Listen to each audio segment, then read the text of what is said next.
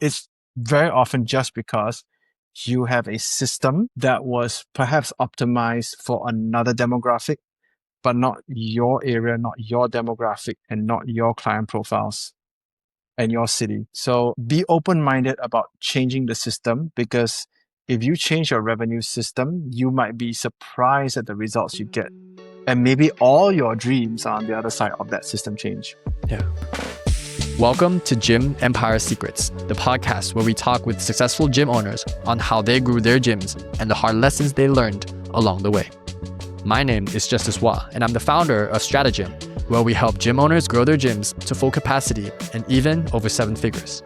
Before Stratagym, I grew my own gym to over 7 figures, even receiving offers from private equity firms to acquire the business. I've also helped many gym owners scale their businesses so that they can inspire more healthy lives while growing their bank accounts. Whether you're a seasoned gym owner or you've just opened your new studio, you'll discover the secrets on how to grow your gym.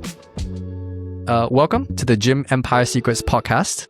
My name is Justus, and today I'm joined here by Brandon Koh. I'm really excited to have Brandon on the podcast, and the reason is because I actually work out at his gym quite regularly, and I gotta say, they have one of the most awesome and vibrant communities. So welcome, Brandon. I'm so excited to have you here, and I can't wait to speak with you about your gym. You're welcome. And thanks, Justus, for inviting. Happy to just share principles to really help other gym owners out there. I know sometimes it seems like a very difficult journey for many. Yeah. But again, I want to just ensure all of you out there who might be listening, and if you're really struggling with your gym, you're not stupid. It's not that people don't like you. It's just that sometimes some systems were designed and they work perfectly in the environment they were designed in, but they maybe don't work as well in the environment that they've been exported to. And you know what? Even licensed gyms and franchisors and all are still learning. They're just as human as you. So right here, right now, we're hoping to just share some things you could do to take control of your destiny as a gym owner, and hopefully you'll have a thriving gym yourself. Yeah. All right, fist bump. All right. Wow. Awesome. Wow. Yeah. I don't know if you guys felt like just Brendan's really his kind of goal for this podcast, which is why I'm just so I think we're in for a special treat today. Throughout the previous conversations with Brandon, he's always been so passionate about helping other gym owners and just spreading the mission that hey, there is hope, we can succeed. And Brandon has shown that with his own studio as well. So without further ado, Brandon, I'm going to ask you a little bit about your own success and your story. So could you share a little bit about what your story is? How did you end up becoming a gym owner? Yeah, so I'm actually not originally from the industry. I was actually from the finance industry. So I was a macro FX and rates and derivatives trader. So I traded within the banks, as well as, a hedge fund. And it was a great chapter in my life. I still do it on a proprietary basis today. But eventually I just wanted to explore what it was like to own sort of a consumer business, one that I could run and call my own, because I ran a lot of other people's capital, but I never ran my own capital in in any shape or form or fashion. So I was always into sports, and I always believed in working out, even during my corporate days or my days in finance. And one of the things that struck me was within the finance industry, not a lot of people know this, but a lot of people lead extremely unhealthy lives, especially on the trading floor. So you can ask some of your insurance friends this, but if you actually put your job as trader, especially if you're a financial markets trader or commodities trader on an insurance form, some insurers will actually not insure you. They will actually decline to insure you. Wow. Even for insurance, I used to just say my job was manager, kept it very vague, because I actually got declined once by one insurer before. Wow. And the reason for this is because many people in finance have extremely high stress jobs that do lead to many of them, leading very unhealthy lives. And I actually know people who disappeared from trading desks because they died on the floor, literally. So, wow. yeah, it's this person just not around anymore. And actually, when you went back and you saw some of the lifestyles they led, it wasn't hard to deduce that, the lifestyle was eventually going to catch up with them. And so for me, I did see, the fitness space as a space that was something that I could really feel something with. I'm not great at inventory management, so I would make a terrible F&B owner, I think, personally. Hmm. And I have very poor sense of styling hair, so I don't think I'd make a good salon owner. So that limits a whole bunch of businesses that I should ever own, and I'm quite honest about it. And the great thing about boutique gyms and gyms in general, whether 24/7 boutique, what have you, is that they have very high operating leverage, meaning when you spend all the money up front, but then the ongoings are, a lot simpler than many other businesses out there, especially food and beverage, which some people may be considering. Having said that, I didn't say it was easier. And that's the key thing to note in this entire thing. So in 2019, the boutique space started to take off. It was around since around 2016. It was new, and a little bit before that with CrossFit, but the more modern boutique fitness studios started coming in around 2016.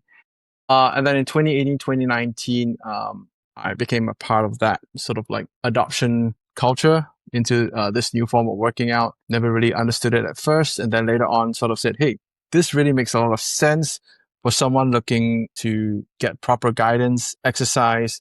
You can literally shut your brain off, just go and work out, and you get a great workout and you do get results. And that's actually something that drew me into the entire space. And that's where I started my journey. And then, of course, in 2019, I started with my first boutique gym. Yeah.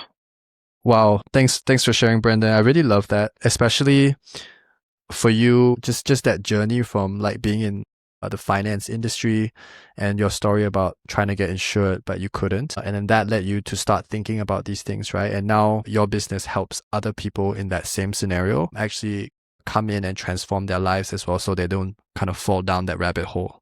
Yeah. I love it. Brandon, can you share a bit more as well? Because from a finance background, usually in my experience talking to people from the finance background, they're actually a lot less risk willing to take on as much risk as you were, right? And in 2019, you took the jump, you started the gym, you did the renovations, you invested in the equipment. What was that moment, or like how were you feeling when you decided to take that risk? I suppose for me, risk taking was a bit more conditioned in my system because I was a trader. So I was conditioned to Mm. really stack on risk when it made sense. But of course, stacking on risk when it's other people's money and it's your own is a little bit different. So for me, I was already used to seeing, I would say, 10-digit amounts at risk at one time. And I think the core principles with regards to taking risks are everyone is scared when they take risks. All right. So the way you deal with it is to not psychologically tell yourself you will be okay.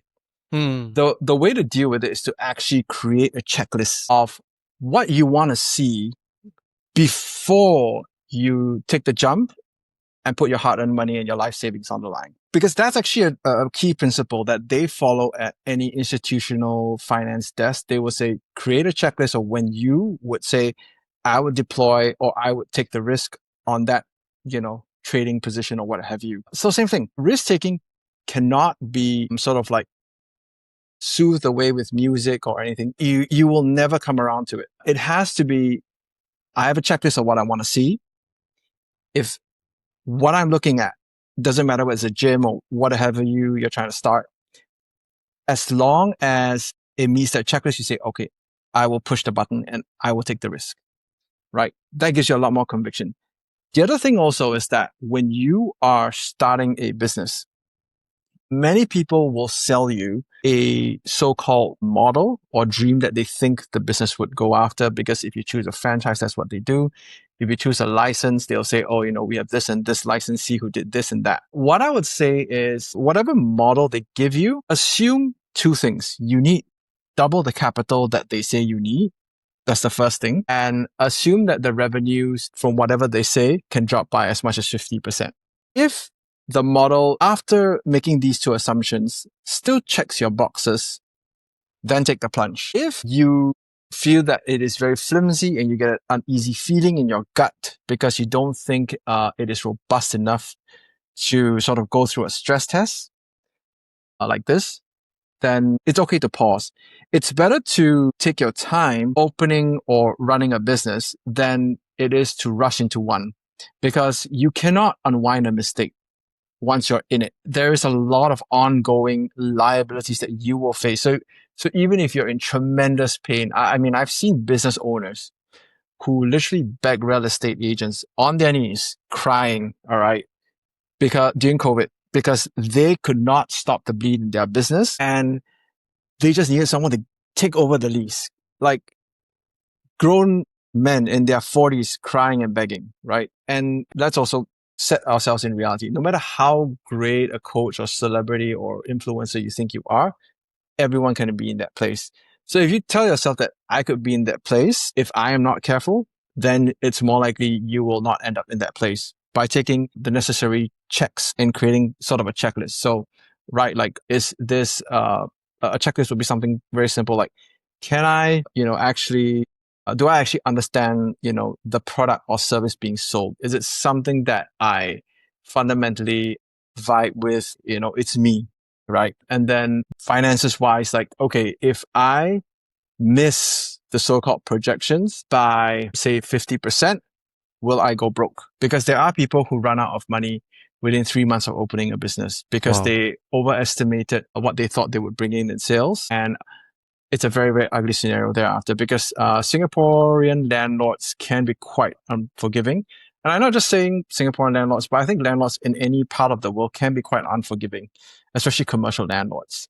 So scratch Singapore, just put commercial landlords can be quite unforgiving if you default on your obligations because you ran out of cash or capital. And the last thing you want is to just go around being the desperate person that everyone's trying to avoid getting capital. So Yeah. twice the capital, your checklist, and assume that sales will come in 50% lower than what you thought they were coming at.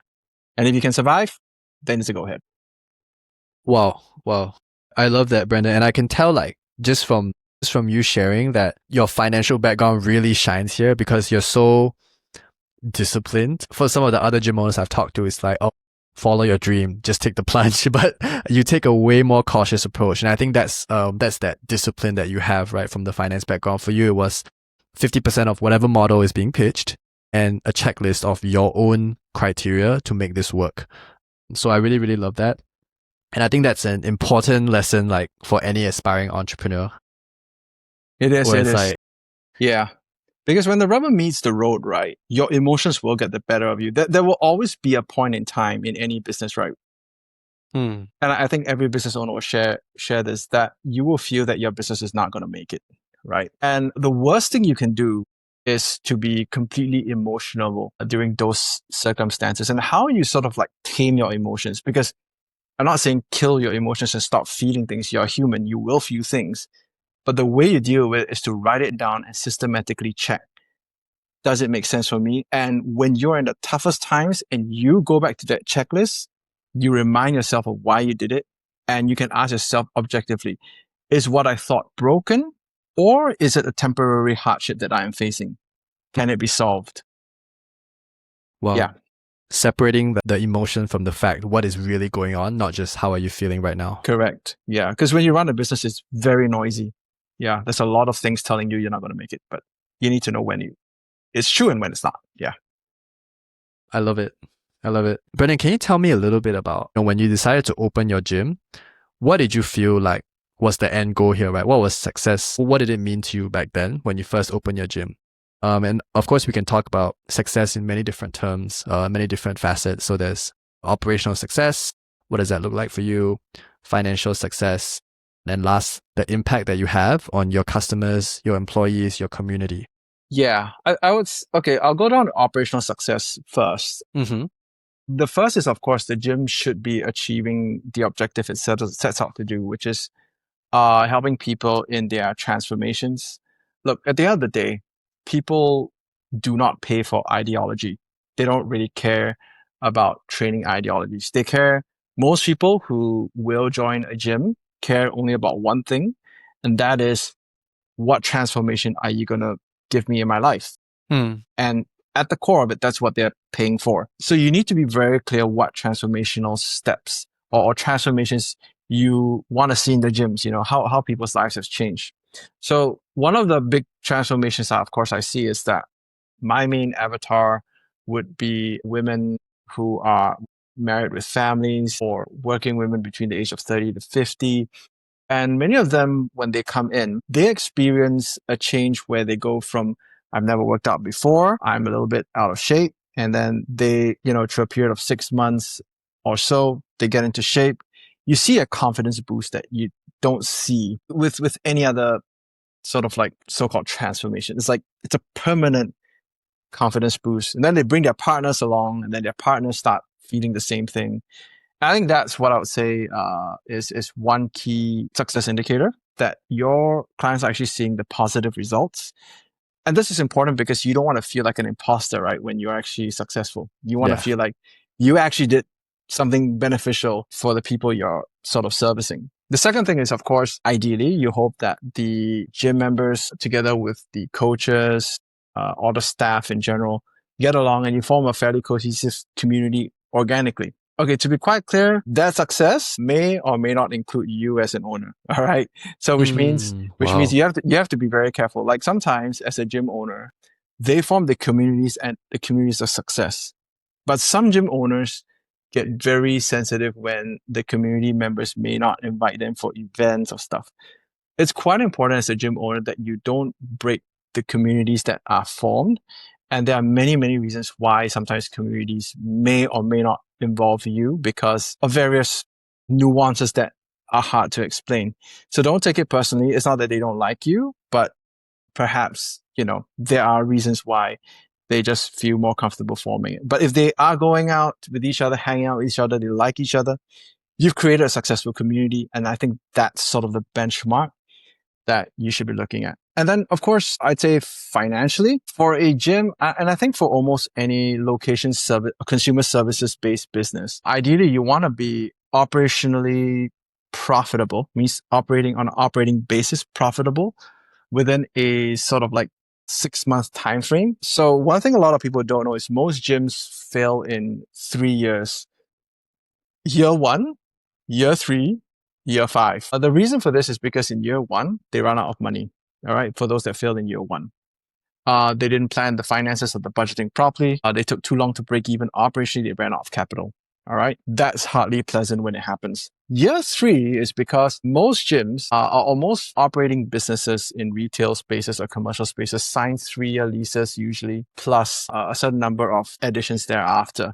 Depending on the market you are, but most people do about 3. And then 5 is usually because that's when either leases renew, franchise agreements, and so on and so forth. So the 6-month mark is important because if you break even in 6 months, you give yourself about 2 years to recoup the capital that you put into the business. All right. So you have to recoup the investment that you made. So when you start a gym, it's also really important to know how much money you are going to put out to create the gym. All right. Or if you're buying the gym, then how long does it take for you to get back that capital? Because until you've gotten back the capital, you are actually just literally drinking your own blood, right? Yeah. Even though you're operationally profitable, you can say, "Oh, I made 20 grand last month," but if you haven't actually recouped your investment into the creation of the business or the buying of the business, you are literally just drinking your own blood. So you got to be very clear when you are truly profitable and that's after you've regained your capital. And 6 months, if you start turning profitable and pass break even after the 6-month mark, your chance of actually breaking even within a 2-year time period, at least for boutique fitness studios, is pretty high. And this is important because you want to do this before your first lease renewal. Because once your first lease renewal happens, almost all commercial landlords will try to increase your rent. Wow. All around the world, especially if they see that your business is doing okay. So you need to be able to take that increase without being worried that you have not recouped your investments. So these are just some important things to think about. So that's the financial side of success from an operational to finance side. That's what I would say I would consider a fairly successful gym and what I would want to see in all the gyms that I run. Yeah. Wow. So much. Thanks, Brandon. There's so much wisdom that you shared there. Just a quick recap, just for myself as well. So operational is really about growing that community, whether or not it includes you as the gym owner. And I think that's so humble, right? It's like, if the community doesn't include me, like, don't get offended. It's actually a good sign that it's growing, it's healthy, the members get along with each other, they get along with the coaches.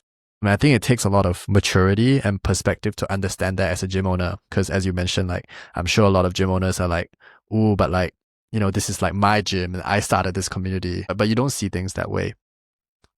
Financially, so much wisdom there with the year 1, 3, and 5 marks are where most gyms fail. For you, it's so important for any gym, any studio to be operationally profitable by month 6. And the key is that then that allows you, or it gives you the right foundation to recoup all of your investment by the 2nd year. And then everything after that will be profit, and it wouldn't be from your own blood, as you call it. I love that. Thanks for sharing, Brendan. And I want to talk a little bit more about the community, right? Because the community is really where I feel personally, having attended your gym, I really feel it shines a lot. And you also talked a little bit there about like that selflessness that has to come from you as a gym owner in order to see this community thrive. And so can you tell me a little bit about, your gym community and how did you grow it to what we have today, right? It's vibrant and the coaches, the members are all so close, right? Yeah. So building any community and doing any work regarding building a community, I think first and foremost, you have to accept it takes time. All right. So this is a 2019 to 2020 and 2025 journey. So it's almost 7 years already, right? And to be clear, I've run at the height 11 different gyms. Wow. 4 of which I built, 7 I acquired. And then of course, the one thing you will notice about building each community is that it is dynamically changing and they're all different from one another in their qualms and their idiosyncrasies. And you have to accept that. You can't say like, this suburb is 5 minutes away from this suburb. Why do these guys not like these guys? And why do these guys not like these guys? The answer is it's just personal preferences. So you have to account for idiosyncrasies. And I think if let's say you ever run 2 gyms, you always have to play the neutral party as the owner. You cannot take sides. I agree that I like this side more than this side, because then the side which you don't like will fail, right? So that's very important. But there are common threads amongst the community, I would say, that I do see. So of course, I think, okay, this is very important. And I do know a lot of gym owners who, because they're so frustrated with the business, they begin to hate their community and they hate their members. Okay. Especially when the members start demanding during a time when they are in a difficult position. I think the first things first, when you run any sort of business as in the commercial world, especially if you started as a trainer, you have to remember that everyone will think and speak most likely from their own self-serving point. So if you assume that that's the start for most people, you're less likely to be disappointed, because there's a lot of people who come into this industry, they're very selfless. So they assume everyone is just like that. No, the reality is most people will take a fairly self-serving point of view. And if you understand that, it will help you deal with issues better. It will also help you not hate your community or your people, because you do need them to succeed at the end of the day, right? Like if you hate your customers, who wants to be your customer after a while, right? So it's important. Don't hate your customers just because maybe they vibe differently from you, just because they hold different beliefs and kind of different sort of like likes and dislikes in terms of nuances with you. You're obviously going to disagree on many, many issues, but you also will find that there are commonalities in terms of the threads that you would agree on, and try to focus on that part and a bit less on the parts which you disagree on. Not an easy balance, but something you kind of do a dance on over time. Then, of course, the question is, what does your community comprise of, right? And that often is quite shaped by you as a person. But personally, if you think about some of the biggest businesses in the world, or at least consumer businesses in the world, they are built on families, because families and working adults, of course, provide a lot of stability. So it's not to say that one customer group is way better than another, but usually families, they're a lot more settled in their life. They've established their careers. Whereas if someone's just starting out with work, they can be a little bit uncertain about their future. And therefore, it's not that they don't like your gym and they don't like you, because a lot of people do take that personally, but sometimes it's just they're still adjusting themselves and trying to find their own lives. And it's important to be understanding of that when you're a gym owner, right? Especially if a younger person joins your gym just out of school, so on and so forth. Having said that, I do really enjoy, the communities that form. Like for us, it's a lot of them are essentially married with kids, have their own Mm-hmm. lives. They're not overly demanding. They're kind of accepting because they have no more insecurities. They're kind of settled in life. So they're not, I mean, they do have insecurities, but not as much as when they are still single. Yeah. And so they're a lot more accepting. Dinks are great customers to have, very mature points of views when you talk to them as well, and easy to manage. That's kind of the communities. I mean, this is the common thread across all the gyms. Sure, the way they view things and the lifestyle habits and choices are different because of the different suburbs. But I would say universally across all the gyms, those couples, especially starting with the wife, then eventually the husband, dings or older, or slightly older women who are in their 30s, 40s, 50s, very, very stable crowd. Mm. Very good crowd to have. And they're really not spoiled in general as a crowd. Brandon, you mentioned a lot. I'm just going to unpack it a little bit, right? So when we talked about communities, I like how you said like a lot of gym owners try to model the community after themselves, but that is not very healthy. It's important to give the community time, which you did over the past 6 years for your communities as well. And just acceptance, right? Like not to hate your own customers. And even if they're different from you, just be accepting and understanding of that.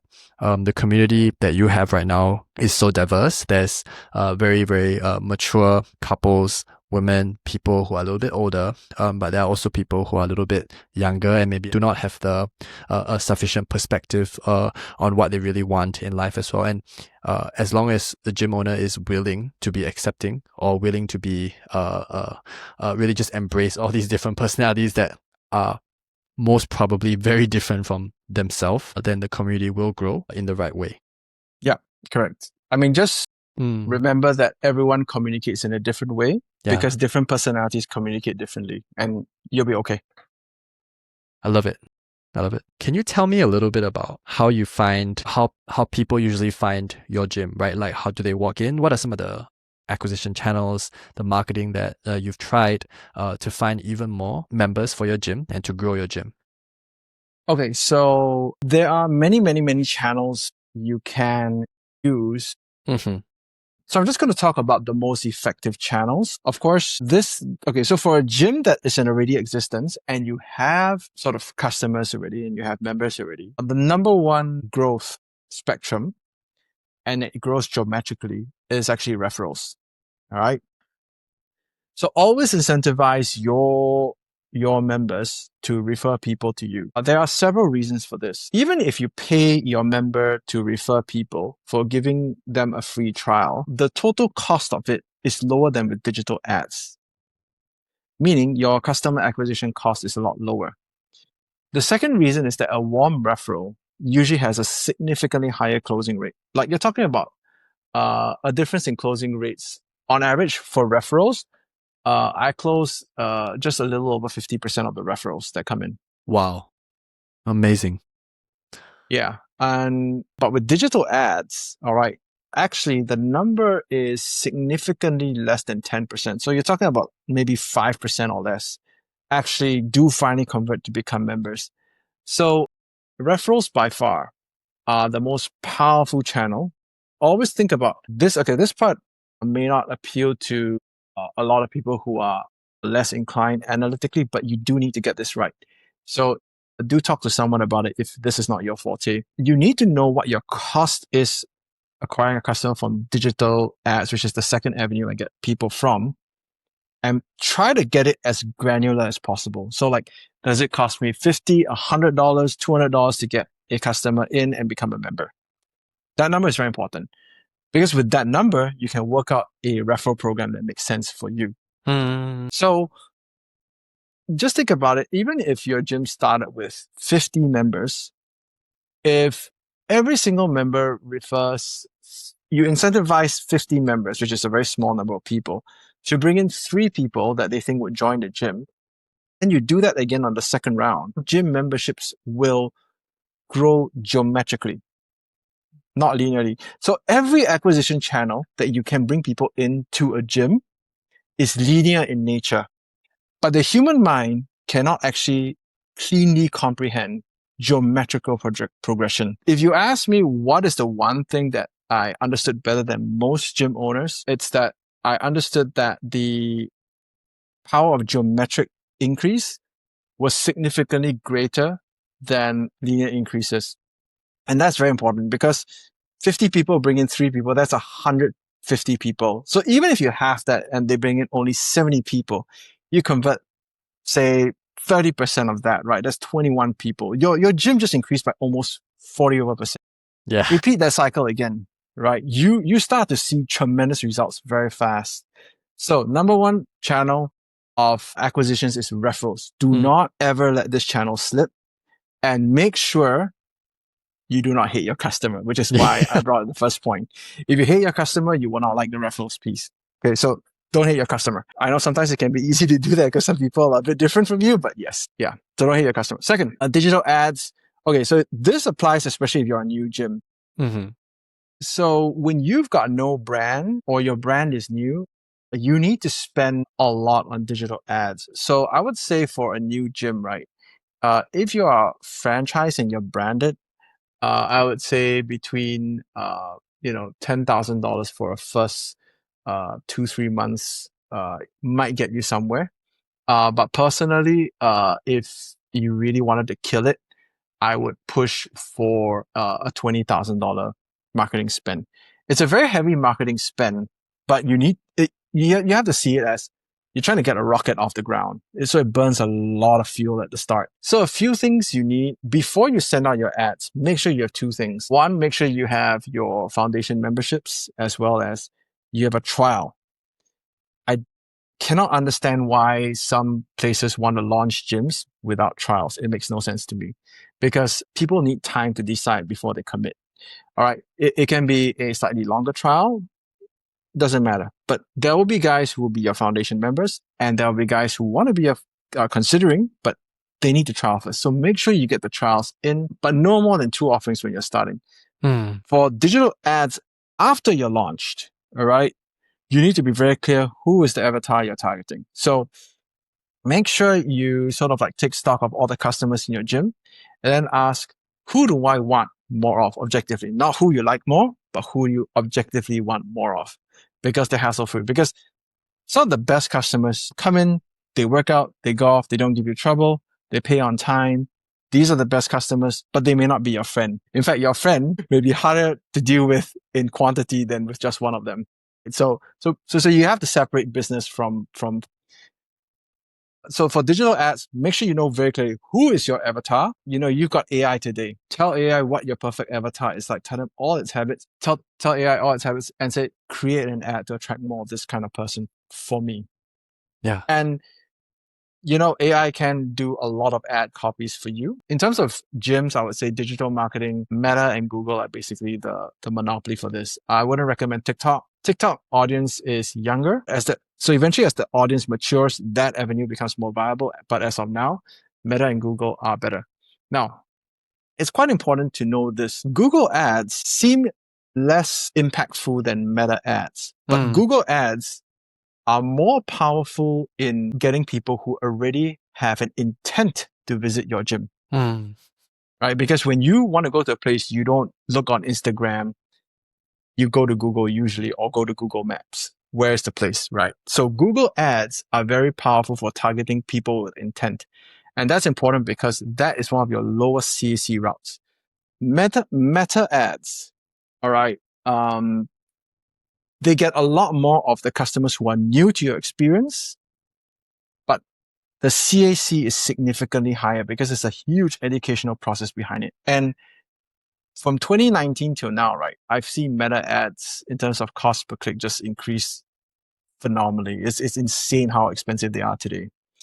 So you have to be really, really careful of how you do your ad split. But for me, I do about 30% Google, 70% on Meta. And then, of course, you have your existing partnerships with channel partners, your ClassPass, there are a lot of rewards programs out there, right? Where, try to look for rewards programs, right, that reward women for spending on credit cards and so on and so forth, right? Talk to them. Okay? Because women are by far your best customers most of the time for a boutique fitness studio.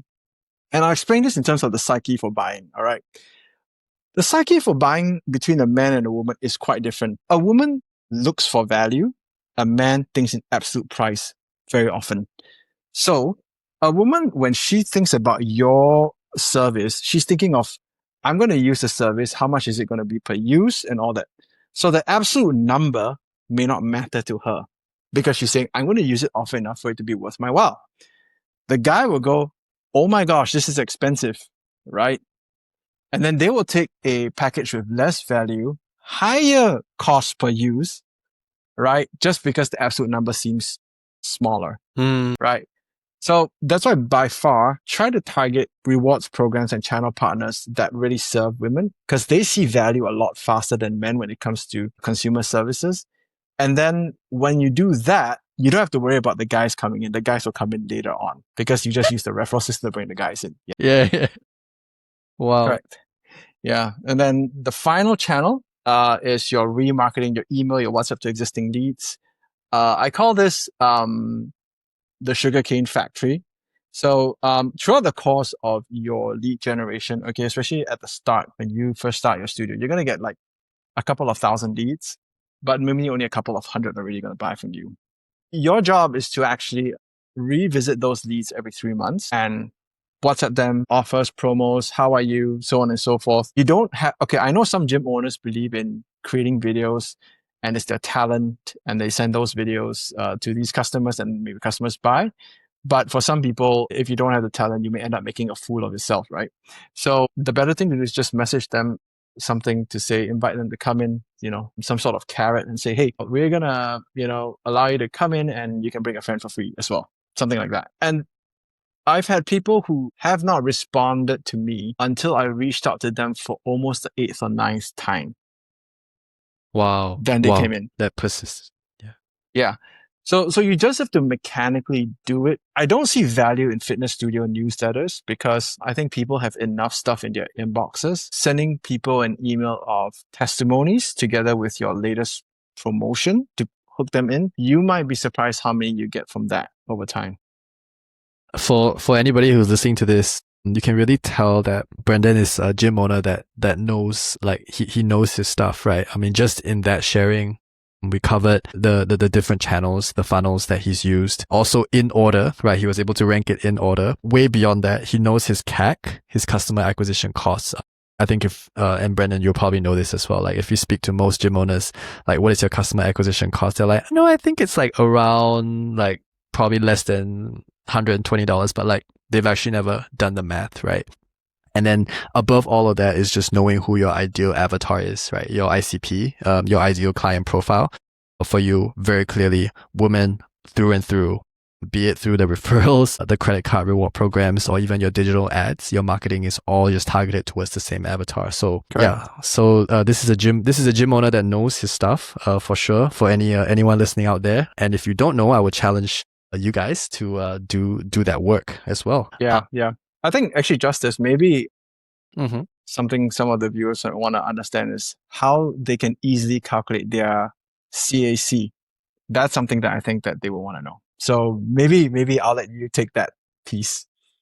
Yeah, of course. So you have the customer, well, depending on how you want to phrase this. So different businesses do it differently, right? But there is a correct way and there is a not so correct way.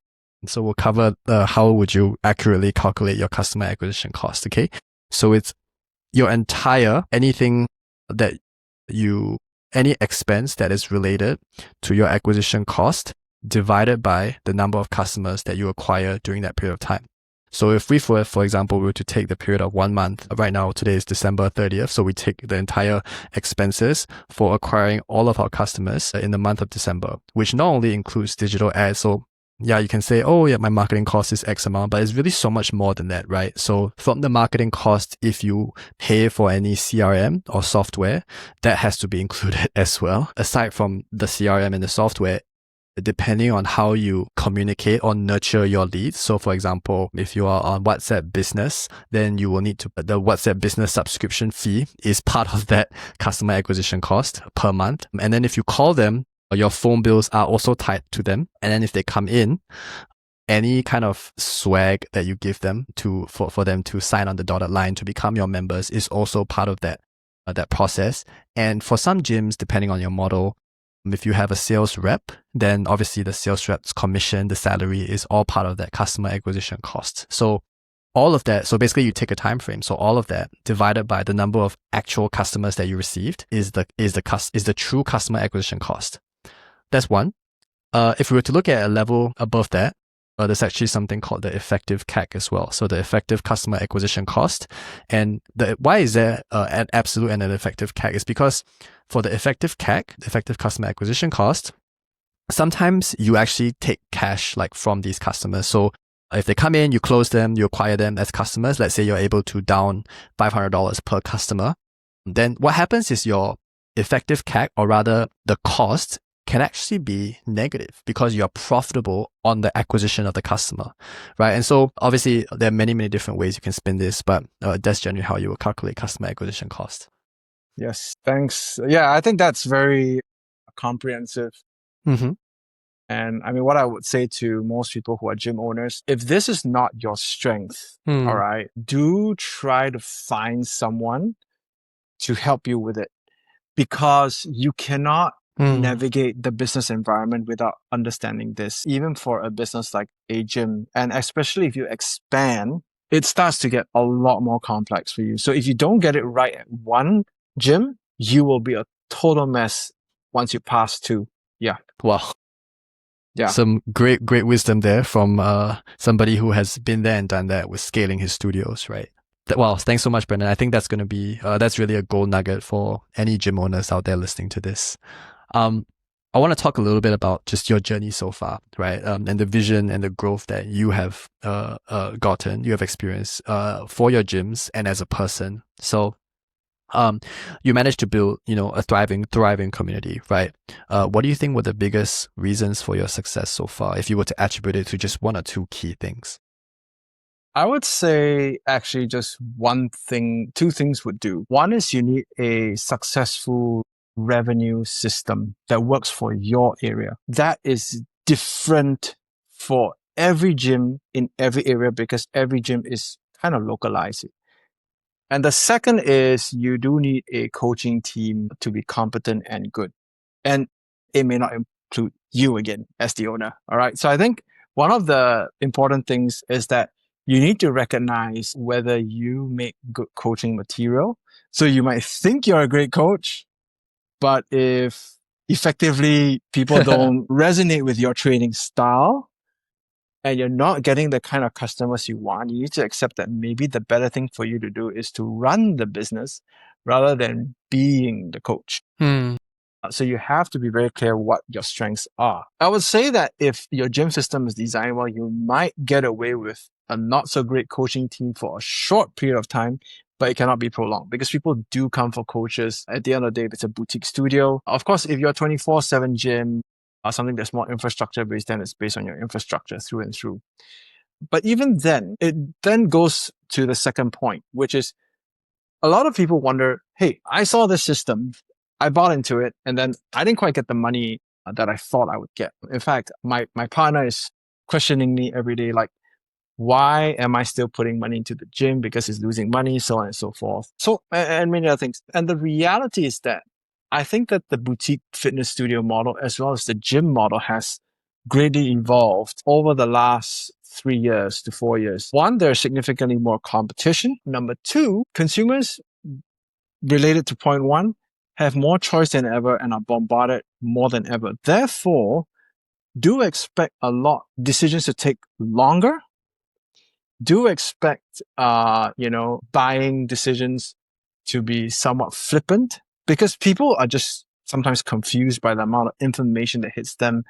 And, there are a lot of influencers today on Instagram, on YouTube, who will tell you who they consume rightly or wrongly. I mean, none of us can be the judge of that, but who may say this type of workout is not good or that type of workout is not good. And they may believe it and it may affect you. So don't take it personally. Just acknowledge that there's a lot more noise out there for you to deal with. So therefore, building a revenue system that works across most jurisdictions, I think, is the number one thing. Because if you get that right, then you can pay better coaches and thus create a better coaching team. If the revenue system is wrong, you will fail regardless of what you do. And it is more brutal to have a poor revenue system than any other thing. So a revenue system, or as I sometimes call it, a revenue cake. You need to see your revenue as a cake, a layer cake, like a wedding cake, right? So a first layer would be maybe your group training memberships. Then the second layer would be maybe, PT, semi-private, what have you. Yeah. And then the next layer would be sessions. And then the next layer would be corporate. Next layer would be, channel partners, right? And all of them should come together to form a stable revenue base that doesn't have too much variance. The challenge with most gyms is that they are focused on only the first tier, which is the membership tier. Especially when they only offer unlimited membership tiers. The problem with unlimited membership tiers is that people's life as well as choices have changed so much since COVID. People travel more than ever. Work is more uncertain than ever. And, people do want variety. So you do need to cater to that. And if you only have one type of membership, an unlimited membership, I don't care if it's a 3, 6, 12-month commitment. Okay, it doesn't make a difference at the end of the day. People will hesitate to commit because people want to commit to what they can consume. It's okay to make a lower sale at the start in terms of like saying, I sell a membership that maybe allows them to come maybe, 6 or 8 times a month, right? You collect less than an unlimited, but it's easy to upgrade them along the road if they're consuming it very fast than to go the other way. Most likely, if it's the other way, they're more likely to leave you than to upgrade, than versus the upgrade side. So, you need tiers to move back and forth to give yourself flexibility because people's lives change.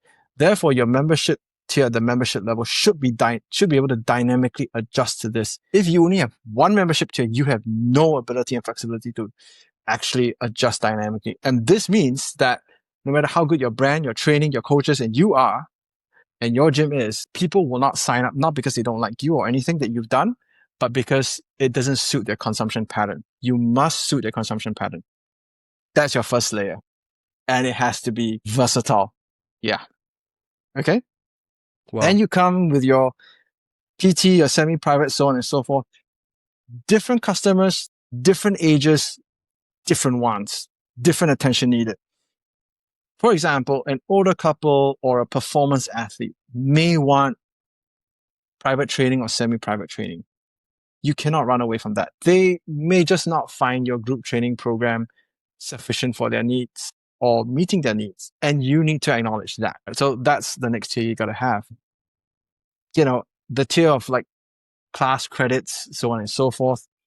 There are people who are in the country, wherever you are, maybe they're in that country 3 months of the year, and at different times. Like a good example would be cabin crew for airlines. They want to work out. So they're never going to do a subscription with you because they're flying all the time, right? And, especially if the airline is short-handed, they may fly, 9, 10, 11 months of the year, and then they want to work out when they come back. So you need to have something that caters to that type of, crew. And they are an ideal customer group. Most cabin crew are working ladies. Many have families, even the single ones. They're very good customers. You need to cater to them, right? So you need to find options that cater to them. And more importantly, how to help them afford it. So the big mistake a lot of people make with class credits is they assume people want to buy cheap packs. That is not true. If you price your class packs too cheap, you will compromise your first layer of the cake, which is your subscription memberships. It is not about the price. First, remember, women think in terms of value when they buy. Then, let's say now they want to buy. The question is, how do you help them buy it? Right? So there are many, many, many systems available out there. Buy now, pay later.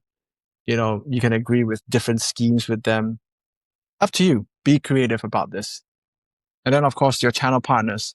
I know a lot of people hate on ClassPass, but you need to see ClassPass as an audience that will never join your gym if it were not for ClassPass or any similar channel partners. And there are ways where you can create and tweak with the algorithm in ClassPass where it can start with maybe the first session is cheaper and then it gets more expensive as they come along because the algorithm does that.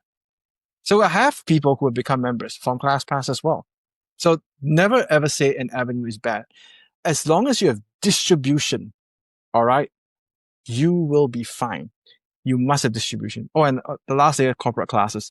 Ideally, you get a government client who gives you cadence in terms of how many sessions they want a week or a month. And that revenue base is super stable. Hard to land, but super stable. Or a corporate client. Hard to land, but super stable. Yeah. So that would be the main thing I would say that would decide whether you succeed or not, whether you have a good coaching team, whether you're able to actually fund and build a community. Because a community takes money to build. That's face reality. Yeah. Yeah. Wow. Again, so much to unpack there, right? Reasons for success. If Brandon were to lay it down really two, one is your service and your product. So that's the quality of your coaching. May or may not include the gym owner themselves. So very important because a lot of gym owners feel very reluctant to give up that part, right? Because the coaching sometimes for them is the reason why they became famous or the reason why they acquired the customers in the first place. And number two is, aside from having your product and service at a very high level, we also explored different revenue streams and revenue systems. Overall, you're looking for a revenue system. I mentioned the robustness. So it's able to just take any changes in the market, any changes in consumer demands. You want it to be versatile, which means that it really can cater to the needs of your clientele. What does that look like? It looks like anything from accepting and understanding what ClassPass can do and what it cannot do for you, as well as the corporate classes as well. So I love that. Thanks so much, Ben. I think, I think any gym owner just listening to that piece right there is probably just going to learn so much. So thank you so much. Next part here, we're going to explore your personal goals, be it for the gym or operational, financial impact goals. What kind of goals do you have in the next 1 year for yourself and for your studio? Yeah. So I'm actually going to go back to the revenue cake. I've done a few things already that are kind of like check boxes off a bucket list. So at one time with 11 boutique studios, I was the biggest owner technically in the country. Not technically, on an absolute basis by number. I'm sure. Yeah. And then I was like, okay, cool. Check that box. All right. Now time to move backwards and look at other stuff. And then I wanted to see if I could buy gyms and turn them around. Did that, had some. So one of my legendary deals, but I have to keep this classified, is I actually acquired a gym for $1. Wow. And I turned it around. So that's been a great experience. Amazing. It was just a life experience just to see what I wanted to do with it, whether it could be done, because I heard a lot of stuff about these things. Then, the gym has also won, one of the gyms has also won competitions, with the coaching team, clinching top honors in their relay race. It speaks about the quality and like winning, it's a bit like restaurants going after awards. Yeah, of course. So I think into the new year, it's just sort of like less is more, where it's like, I want to maintain that, but I think really I haven't gotten to a place where I am satisfied that a single gym has maxed out the revenue cake. Yeah. And I do want to just do it, not because I, think that it's going to be extremely life changing, but I think it's more of I just want to see it as an experiment, whether it is possible to do it in a highly competitive market. Maxing out every single layer of the revenue cake. So just seeing the model of the perfect optimized gym. That's something that I do want to see. And I don't think that has ever been achieved by any gym that I've seen yet. So for me, that's a bit of a target. It sounds a bit abstract. So a perfectly optimized gym in terms of community, a coaching quality, revenue structure, full optimization and efficiency. So that's kind of what I want to see possible, if it's possible to achieve that in the next year. Yeah. Wow. I love that, based on your own experience, you've really just kind of explored the vast seas in terms of acquiring, flipping gyms, one of them potentially for $1. You've owned gyms where the coaches have actually won competitions in relay races. And so the specific one that you want is to really just optimize one location, right? Yeah. And that's a very important goal for you coming up. Yeah, it is. Yeah, I would say in the next year, yeah, it is. But I think this is the point where I can also just share a little bit for gym owners who are looking to expand in the coming year. There are two things you can consider. One is acquisitions. It's usually cheaper to buy a gym than it is to build one. That's the first thing. The second thing is when it comes to the gym business, and this will relate to also whether you fail or not, it is more a real estate game than anything else. So you can get the revenue cake right, but to be honest, it takes time to build the layers of revenue. So you need to find the right piece of real estate for your gym. It is very, very, very hard to make any progress if your gym is in the wrong type of real estate. So if you ask why it's hard to expand gyms, it's because the real estate is a serious consideration. The rent combined with the layout of the space must meet requirements that make sense. The great thing is you don't need prime frontal real estate, but you do need a real estate where the rent makes sense and you know that it's going to be a great workout space. And that takes time to find. And I would say of all things, do not rush that. But yeah, for those looking to expand, that's what I'll say to you. But for me personally, optimizing the revenue cake. Yeah.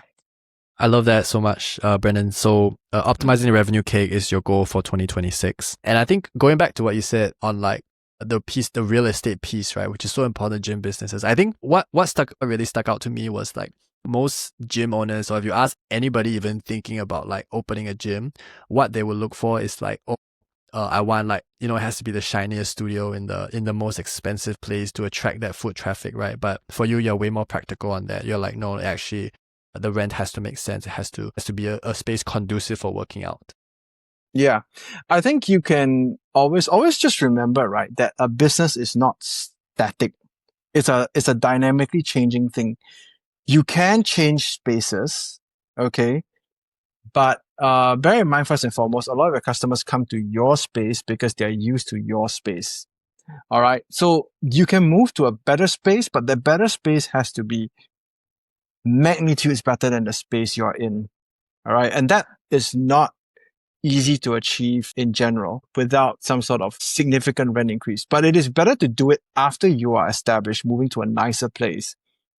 After you're established, because you have a customer base, it is very, very, very stressful for you to do it in a very expensive prime location day one if you have no customers yet, right? Or the business is not stable yet. You need to be so confident of your numbers, whereby as a guide, right, when you move spaces, right, do expect to lose possibly 15% of your customers, no matter how good your relationships are for various reasons, especially in the move process. So if you need to model for that before you actually make a move or choose the real estate that you think is your dream real estate, essentially. Yeah. Wow. So much wisdom. Yeah. Brendan, the next question I have for you, you grew your gyms at 1.11, the bucket list very, very full, and so many things that you've already achieved. And obviously we did cover the goals that you have as well. What's your belief around like business education? Because you're clearly very just serious about your own business goals. I mean, you've proven that with your track record, right? What's your belief around investing in coaching or education for growing your business? I think in a gym, at least you are running a service-based business. You do need to invest in your coaches and yourself, but with one caveat, the investment in education needs to be something that has a direct attribution to your gym. So it cannot be, we're going to blindly invest in education and they're going to do something like, say, a yoga course, right? And let's say you teach functional fitness, right? It's quite hard for you to translate it directly to yourself. Yeah, maybe you could make a far-fetched assumption, but when you talk about education, it has to be something where it's like, that the moment you invest in it day one, there will be some sort of return to you as an owner. So the coach gets better and you get better. It has to be a win-win equation. It can't be just like, the coaches end up studying a PhD.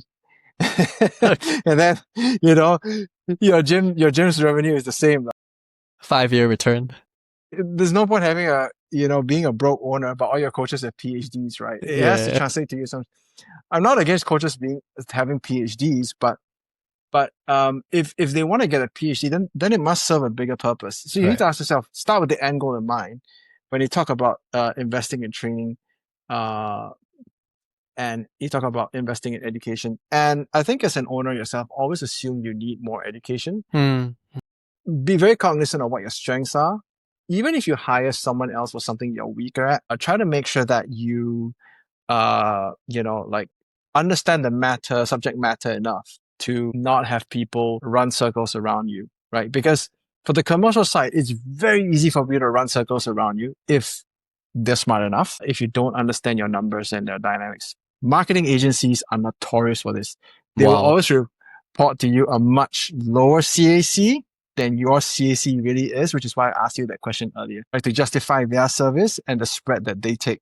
But the reality is that many of them are so you need to be very cognizant of how things run and where your weak points are and sort of invest in that. And if let's say you like for myself, I'm better at the commercial side. I'm not really a coach, right? So for me to invest significantly in the coaching side of things for me wouldn't make a lot of sense. I Hmm. would do certain courses just to understand the knowledge base and what the coaches go through. But I know that I wouldn't make the best coach. So therefore, it is not the best use of resources. So I would rather be an absolute killer and the best at what I do on the commercial side then. Then if you're a coach, then make sure you're an absolute killer in the subject matter stuff that you know, but pair your knowledge with business knowledge that you don't have so that you can know who's the right person to hire. Yeah, Well, correct. really about understanding your role in the gym, either as an owner or as an operator or as a coach, and making sure that the investments you make have a tangible, practical result Return. for the Yeah. business. Yeah. Wow. Yeah, correct. Because it's quite important to remember that the coaching side and the commercial side do often have diametrically opposing sort of like objectives. Yeah, Yeah. Yeah. And so I guess it is on the owner to make sure that everybody is invested in the job that they're doing, right? Because they only see one part, one piece of the puzzle, whereas you as an correct. owner, you have to manage everybody's, all the stakeholders. Yes. Brendan, moving on, and I'm really excited for this question that I'm going to ask you next. What is the biggest challenge that you're facing in today's market? And if you had a magic wand, what would you wish for to solve this problem? Yeah. So I would say that I mentioned earlier, and I think I more or less alluded to this point as Mm-hmm. well. Mm-hmm. I think today CAC is higher than ever because people have a lot more choices. Acquisition is harder. Retention is more challenging than ever. The landscape is more competitive. That's it. So I would say always assume and model that and assume that it gets harder from this point forward and assume that at this point where you are now is probably the easiest it's ever going to be in terms of competitiveness. All right. And one thing about competition, right, is that it's not like a computer game, your competition doesn't die and then like in the game you dance over the dead body, right? They just Sorry. disappear. Yeah. Yeah, Yeah. So they don't die and they're like, yeah, I killed him. It's like they just disappear quietly, give their excuses why they gave up, and then they move on. Yeah. And then it'll be the same sequence again and again and again. So you're gonna have more competition than ever, more people challenging you than ever for your customer base. So you need to make sure that I would say that revenue cake we talked about is there because you're gonna experience a lot of seasonal volatility. It can be holidays, or it could be even a new gym opening in your area, something like that. When a new gym opens, maybe your customers go and try out the gym, right? Does it mean they don't like you? No. It just means that they just want to see what's new, what's novel, and does it make sense? And if you're not a total jerk about it, most of them will return, right? I've had so many gyms start around my other gyms, and people have gone to try and they've returned. Of course, you're going to lose some people, but just take it as part of the process as long as the loss is not cataclysmic in nature, meaning Right. like you lost 25% of your members or something, like a quarter of your members, right? But if you are running the right revenue cake and the right strategy, you would insulate yourself a lot more. If you've managed to build the corporate, the semi-private, the PT in, and your channel partner thing well. What you actually have the ability to give your customers at the base layer is memberships that are slightly cheaper than your competition. All right. Now, on paper, that looks dumb because on paper you gave up revenue that you could have earned from that. What you get in return is because you are slightly cheaper than the competition by giving more or less the same value in most people's heads. Their lifetime value is a lot longer. They stay with you a lot longer. Your churn rate drops tremendously. So high membership rates may not always be good because remember, if your CAC has increased by multiples, all right, because of ad costs, the way to solve that issue is to actually increase the lifetime value of a customer, your LTV, how long they stay. And that's very important. So you need to create a proposition that makes people want to stay with you a long time, as long as possible. Most people say, the average lifespan of a customer is 3 months or 6 months. It's actually a lot higher for a lot of gyms. If your churn rate, which is the number of customers you lose every month, is hitting close to 10%, you're in trouble because that means by the end of the year, you would have changed over your whole customer base, right? So you're going to go broke trying to get new customers to replace your old customers all the time. So being able to build that revenue cake, very important. And so then it comes to magic wand, right? What would I wish if I could have a magic wand? I would wish that CAC would be 0 and I would have 50 qualified trials every month. That would be an awesome thing because my gym will be full. I think any of my gyms will be full in 3 months. Hitting that the 2026 goal for you, right, is really the optimization, the like maxing out one single studio. Yeah, without it being unpleasant. That's a challenge. How do you max it out? Max efficiency, but not make it unpleasant for members. Yeah, and without costing, as you mentioned, like new studios usually spend 10, 20K just to get the ground running, right? So how do you do that? I love it. Last 2 questions for you, right? And this one is just reflective for us to speak with and resonate with any of the other gym owners out there. What would you tell yourself if you were just starting out today? So if you could speak to Brandon 6 years ago, 2019, what would you tell yourself back then? Same thing. Focus on your revenue cake. If you fix that, the whole talk, if you fix this one thing, your revenue cake, you fix everything. Wow. Well, I love it. Yeah. It just removes all the headaches, right? The stress, the financials. Correct. Yeah. Spend less, don't spend your energy, resources, and time on loud noise. Mm-hmm. So when you're still in the process of building your gym and all, you can hold events and parties, but make sure your core product is good first and build the revenue cake. If you build the revenue cake well, all of the things become accretive to you. Life is easy. If you don't build your revenue cake well, whatever you do is noise. Yeah, up to that point. Wow. Yeah. So revenue cake and your product, just making sure you have the right foundations there. What advice, this is the last question for today. What advice would you give to a struggling gym owner? It's again, not your fault. Again, just a reminder of what we said at the start.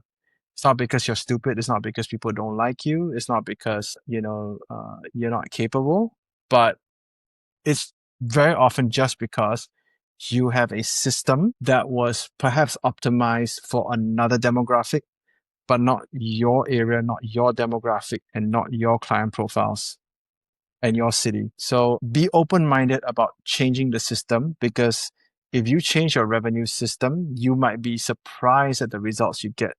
And maybe all your dreams are on the other side of that system change. Yeah. When I started my gyms, I wish someone, would have spoken those words to me, right? Like, it's not your fault. You're not the reason that the gym is failing. The system is not very efficient, but there is hope. And I think this is Brandon's real journey all the way from finance, his background in finance, to now at one point owning even 11 studios. Just really, really powerful message there. Thank you so much, Brandon, for everything that you've shared with us today. Thank you for coming to the podcast. I think our viewers, our listeners, and even me, I've really, really enjoyed just this sharing today. There's so much more we can unpack and dive into. As anybody can tell, Brandon has a huge wealth of experience and knowledge in the space. And I know that future listeners and anybody, be it from my network or from your network, listening to this will have so much fun. Thank you. And to all the gym owners out there, don't give up, okay? Yeah. All right, love it. That's it for this episode of Gym Empire Secrets. If you enjoyed this conversation, You can subscribe on YouTube, Spotify, Apple Podcasts, or wherever you're listening to this for future episodes. This podcast was brought to you by Stratagym, where we help gym owners scale their gyms to full capacity and even beyond 7 figures, so that gym owners can inspire more healthy lives while growing their bank accounts. To learn more about our community or see how we can help you, visit stratagym.sg/join.